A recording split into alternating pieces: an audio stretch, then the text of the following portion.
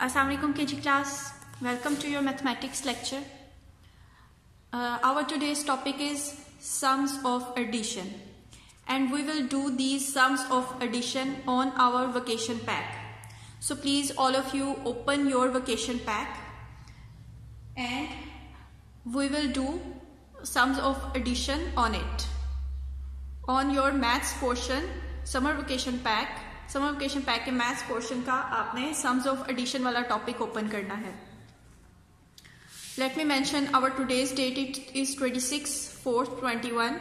We are doing class work right now and our day is Monday.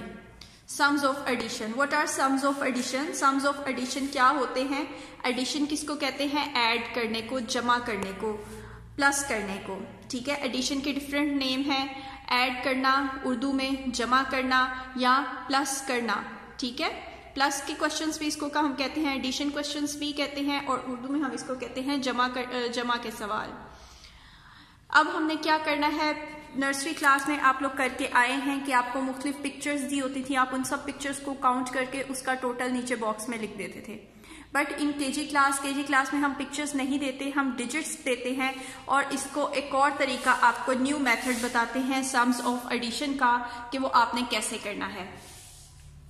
ठीक है, चलें जी start करते हैं. सबसे पहले हमने क्या करना है, ये नंबर कौन सा है? 4. Which number is it? 4. ठीक है, 4 के नीचे कितने नंबर है? 4 एंड 4, और इनको हमने ऐड करना है. अब हम इसको ऐड कैसे करेंगे? 4 तो लिखा हुआ है, ये कितना है? 4 के आगे हम 4 लाइंस लगा देंगे. कितनी लाइंस लगाएंगे? 1 2 3 4. जो नीचे वाली वैल्यू है उसके आगे हम लाइंस लगा देंगे. ठीक है, तो ये फर्स्ट वैल्यू क्या है? 4 के आगे क्या आता है? 4 के आगे हमने इन लाइंस को काउंट करना है. 4 के आगे से हमने इन लाइंस को काउंट करना है. तो कितनी लाइंस हो जाएंगी ये? 4 5 6 7 8. कितनी 4 के आगे कितनी लाइंस हैं? 5 6 7 8. इस 4 के आगे कितनी लाइंस हैं? 5 6 7 8. तो हमारा आंसर क्या आ जाएगा? 8. Our answer is 8. तो 8 आपने नीचे लिख देना है.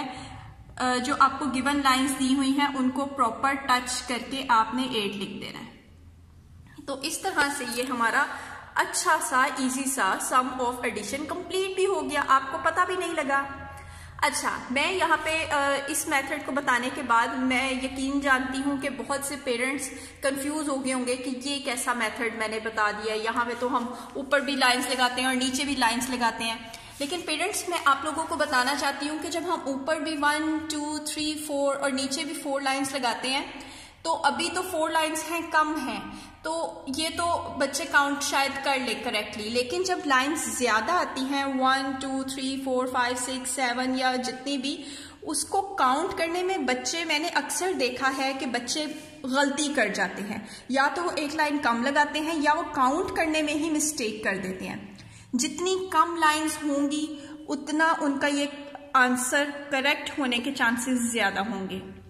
बस इस पैटर्न को थोड़ा सा प्रैक्टिस करने में थोड़ा सा टाइम लगेगा. आपको थोड़ा समझाने में या ट्यूशन टीचर को थोड़ा समझाने में टाइम लगेगा, लेकिन मैं इस बात का आपको यकीन दिलाती हूँ कि ये पैटर्न उस पैटर्न से ज्यादा जो सा है वो करेक्ट रहेगा. बच्चों के लिए आंसर लिखना ज्यादा इसमें करेक्ट होगा. ठीक है, चले एक दफा दोबारा प्रैक्टिस करते हैं इसकी. अब हमारे पास कितना डिजिट है? 7 है, और नीचे क्या डिजिट है? 7. तो हमने कितनी लाइंस लगानी है? 1 2 3 लाइंस लगा दी. देखें ना कितना इजी है बच्चों को काउंट करना. 7 के आगे 3 लाइंस वो काउंट कर लेंगे तो उनका आंसर आ जाएगा. 7 के आगे स्टूडेंट्स क्या आता है? 8 9 10. 7 8 9 10. So our answer is 10. Our answer is 10. 1 0 10. So how we will write 10? We will write 10 1 a straight line, पूरी लाइंस को टच करके, and 0 is a full circle. ये भी बोथ लाइंस को ऊपर और नीचे से प्रॉपरली टच करेगा और लाइन से बाहर नहीं जाएगा. This is our number 0. ठीक है, देखिए जी कितने इजी से हमारे 2 क्वेश्चंस हो भी गए हैं और हमें ज्यादा लाइंस नहीं लगानी पड़ी, ज्यादा लाइंस का मसला नहीं हुआ, बच्चों को काउंटिंग में ज्यादा मसला नहीं हुआ। ठीक है, चलें जी उससे आगे next move to the next question. यहाँ पे उन्होंने हमें क्या दिया हुआ है 6 और 6 के नीचे क्या है 3। तो हमने कितनी लाइंस लगानी है, नीचे वाली डिजिट जितनी लाइंस लगानी है हमने, कितनी लाइंस लगानी है स्टूडेंट्स 3। कितनी लाइंस लगानी है हमने 3। कितनी लाइंस लगानी है, जो भी नीचे वैल्यू है आपने उतनी लाइंस लगा लेनी है। कितनी लाइंस लगानी है 1 2 3 लाइंस लगा ली। अब 6 के आगे हम काउंट करेंगे 6 7 8 9। क्या टोटल आया हमारे पास 6 7 8 9। कितना टोटल आया 9। एक दफा फिर से काउंट करें, 6 के आगे 6 7 8 9। कितना टोटल आया 9। चलें जी अब हम 9 लिखेंगे। कैसे लिखते हैं 9? 9 is a straight line and a half circle. This is our number 9। This is our number 9। Okay, let's move forward to the next question. ये देखें 4 के आगे अब आपको लाइन भी लगाने की जरूरत नहीं है। 4 के आगे क्या आता है, चले लाइन लगा देते हैं। एक लाइन लगा दी, 4 के आगे 1 लाइन थी ना, हमने 1 लाइन लगा दी। 4 के आगे क्या आता है 5। 4 में 1 ऐड किया तो क्या आ गया 5। 4 में 1 ऐड किया तो क्या आ गया 5। तो हमारा आंसर क्या है 5। How we will write 5?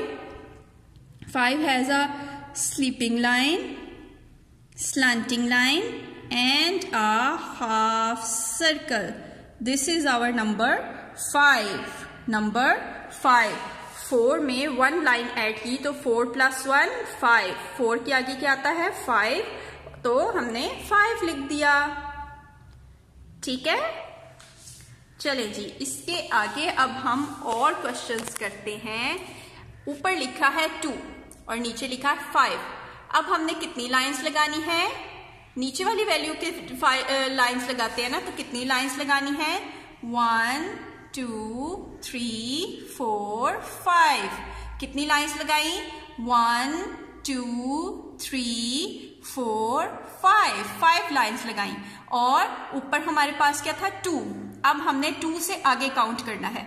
2 से आगे कितनी लाइंस हैं, 2 के आगे है 3 4 5 6 7 लाइंस। 2 के आगे कितनी लाइंस हैं हमारे पास, कितनी ऐड 5 लाइंस हैं हमारे पास। तो क्या टोटल आएगा 2 + 1 2 के आगे हमारी लाइंस आएंगी 2 3 4 5 6 7। 2 से आगे काउंट करेंगे 3 4 5 6 7। 2 से आगे काउंट करेंगे 3 4 5 6 7। तो हमारा आंसर क्या आ जाएगा स्टूडेंट्स 7। हमारा आंसर क्या आएगा 7। हमारा आंसर क्या आएगा 7। 7 is a sleeping line and a slanting line, जो बॉक्स को लाइंस को दोनों लाइंस को प्रॉपर टच करेगा। तो इस तरह हमारा ये 7 और ये वाला आंसर भी कंप्लीट हो गया। चलें जी अब हम नेक्स्ट आंसर की तरफ चलते हैं, नेक्स्ट क्वेश्चन की तरफ चलते हैं। 7 तो ऊपर है, नीचे क्या है 0। अगर 0 है तो क्या हम कोई लाइन लगाएंगे, 0 की कोई लाइन होगी नहीं, 0 की तो कोई लाइन कुछ भी नहीं होता, क्योंकि 0 तो खाली होता है, 0 में तो कुछ भी नहीं आता। तो फिर हम क्या लिखेंगे, अब हम क्या करेंगे, अब हमारे पास क्या अकेला बचा, कौन सा नंबर अकेला बचा 7। अब हमारे पास कौन सा नंबर अकेला बचा 7। तो अब हम यही 7 नीचे लिख देंगे, क्योंकि 7 तो अकेला रह गया है। तो अब हम 7 को ऊपर से देकर नीचे लिख देंगे। ठीक है, 0 के साथ कोई भी नंबर हो तो 0 की तो कोई लाइन ही नहीं होती, हम कुछ ऐड नहीं कर सकते, तो इसलिए उसके ऊपर वाला नंबर हम नीचे लिख देते हैं। ओके स्टूडेंट्स, ये देखिए इसके साथ ही हमारा आज का टॉपिक कंप्लीट हो गया।